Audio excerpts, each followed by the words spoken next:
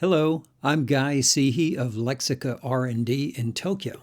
Today, I will briefly review a study conducted in 2018 and 2019 to measure the effects of TGT Cooperative Learning on online vocabulary acquisition.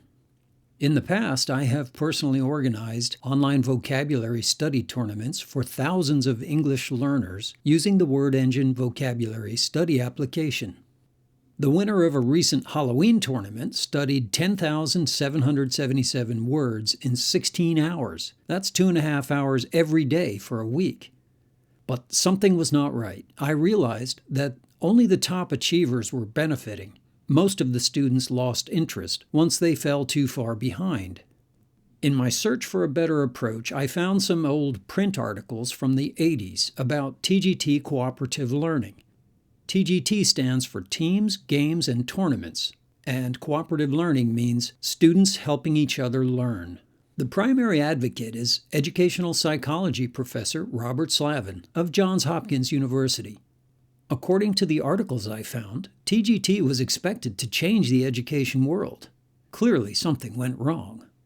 According to Slavin's summary of the research, in cooperative learning, students with different levels of ability work together in groups to help one another master academic material. In numerous studies, the overall achievements made through cooperative learning were consistently positive, and no results favored traditional methods. Positive effects occurred in all grade levels, in all major subjects, and in urban and suburban schools. Positive effects were equally experienced by high, average, and low achievers. Positive effects extended beyond the academic subject matter and into self-esteem, intergroup relations, attitudes towards school, and the ability to work cooperatively. Despite the promising start, cooperative learning all but disappeared in the 1990s. The two reasons most cited for its failure are the large amount of work required for teachers to prepare questions at all levels of ability, and the difficulty of fairly judging teams of students without causing hard feelings. The most successful applications were to basic maths, where it is easier to create questions at different levels of difficulty and easier to fairly judge the students' responses. I recognized that Word Engine might be able to solve these two problems, and so I set about organizing the first TGT Cooperative Learning Vocabulary Study Tournament. The first tournament took place in 2019. 6 schools agreed to participate with a total of 2,004 students. These schools were experienced with Word Engine, and they had the exact same 123 classes in 2019 as they had had in 2018. There were 2,001 total students participating in 2019, and there were 1,997 students in 2018. Only 4 of the teachers were different in 2019. The significant variable was the team study tournament during the 6 weeks in 2019. There was no study tournament of any kind in 2018 during that same period. For those unfamiliar with the Word Engine, it starts with a test that identifies which words each learner already knows and which words they do not know. Word Engine then teaches each student a personal list consisting of the most frequently occurring words they do not know. Word Engine teaches vocabulary comprehension through 3 types of paired associate tasks. New words must be correctly recognized in each of the task forms: visual, oral, and contextual. Spaced repetition is applied to develop long-term memory retention.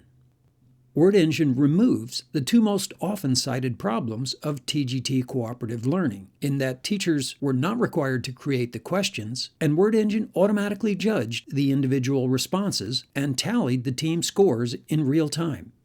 Teachers have control over the study goals that they set for their classes. With Word Engine, teachers assign weekly study goals in terms of correct responses. Based on many millions of hours of study, we know, for example, that 420 correct responses will require an average of 42 minutes of time on task to complete. As I have access to all of the teachers' accounts and data, I can confirm that the weekly goals set for each class were the same in 2019 as they were in 2018. In the students' apps, a goal tracker shows their daily and weekly progress. Most students complete their weekly goal and stop. About 10% do much more than is required.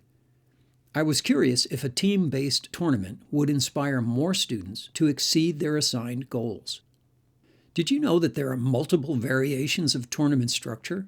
None of the TGT research I found had looked into that. I looked at sports research and soon realized that any type of elimination tournament would not be effective because once a team is knocked out of the competition, they'll lose their motivation to keep pushing, just like what happened in the individual tournaments. I was pleased to discover the Swiss type structure because it keeps all participating teams in the competition right up until the final day. In a Swiss tournament, every team does not need to play every other team. This is very helpful when a school has 50 classes participating.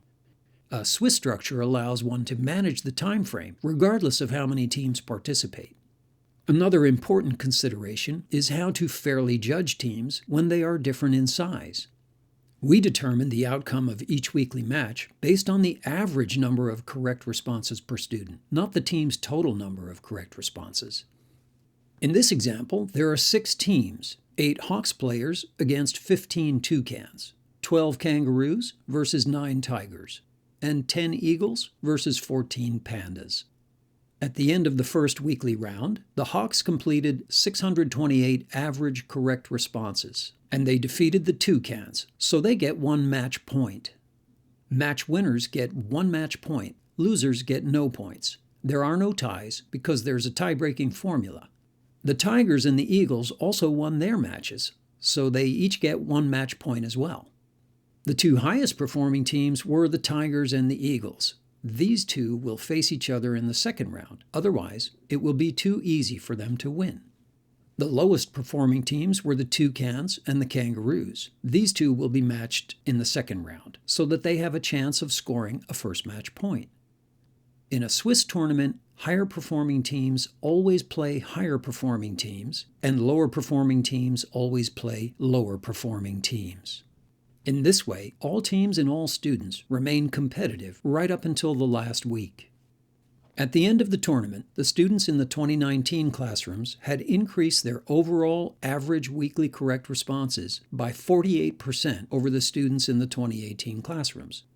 Looking only at the top 4 teams at each school, the increase was 130% higher than 2018. The data source used for each team's weekly performance is the LMS system provided for Word Engine. With it, we can see exactly how many correct responses each student gave on any particular day or during any given week. The system also calculates the average number of correct responses for all members of a class, and that makes it simple to judge the outcomes of the weekly matches. The most difficult part of the process was collecting the data and reporting it to the participating teachers in a neat format. I turned to Google Docs for that purpose. This is the report format that I prepared for the second team challenge, which was conducted in the spring of 2020. This was a free open tournament, and there were 38 teams from 7 countries. The academic achievements were actually more impressive than the first tournament, but without control data, it's not as useful for a proper study. As we move forward with more team challenge tournaments, our plan is to provide teachers with better ways to communicate more effectively with their students. In the words of this winning team's teacher, the Team Challenge program has transformed the Word Engine experience from independent self-study to a team effort where students pull together and motivate each other. I hope you found this report interesting. Thank you very much. Did you know that 1/3 of the Earth's entire population plays a mobile game every day? And the average player spends 7.5 hours a week playing mobile games. 60% of the players are female, and 90% are age 16 to 65. As professional educators, we have 2 paths before us. We can continue to ignore mobile games, or we can find a way to make them work for us. Words and Monsters is a free mobile game for learning English vocabulary. The students who play it say, "This is fantastic." New players start by choosing their character. Enter a sensei code and you get 45 crystals free. The tutorial describes how to play. You can play alone, solo, result, or choose a group battle and play with your friends or classmates. every player studies their own words at their own level of ability. There are 14,000 words in the database, covering 99% of all English words ever written or spoken. Okay, let's watch this team battle. Our guy is on the left. Salon. Luckily.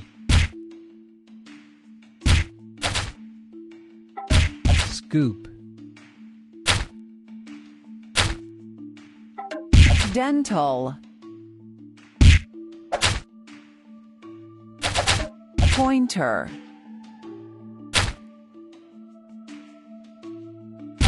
Portal. Underwater. Thirsty.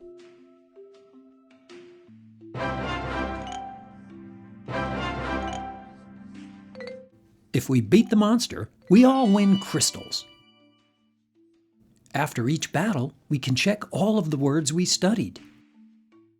Teachers can create groups for their students and monitor learning progress. Words and Monsters is now in the final stages of testing before its release in the spring of 2021. Check out the Words and Monsters website at free.wordsandmonsters.com. And be sure to register to be notified when the game is released. Thank you.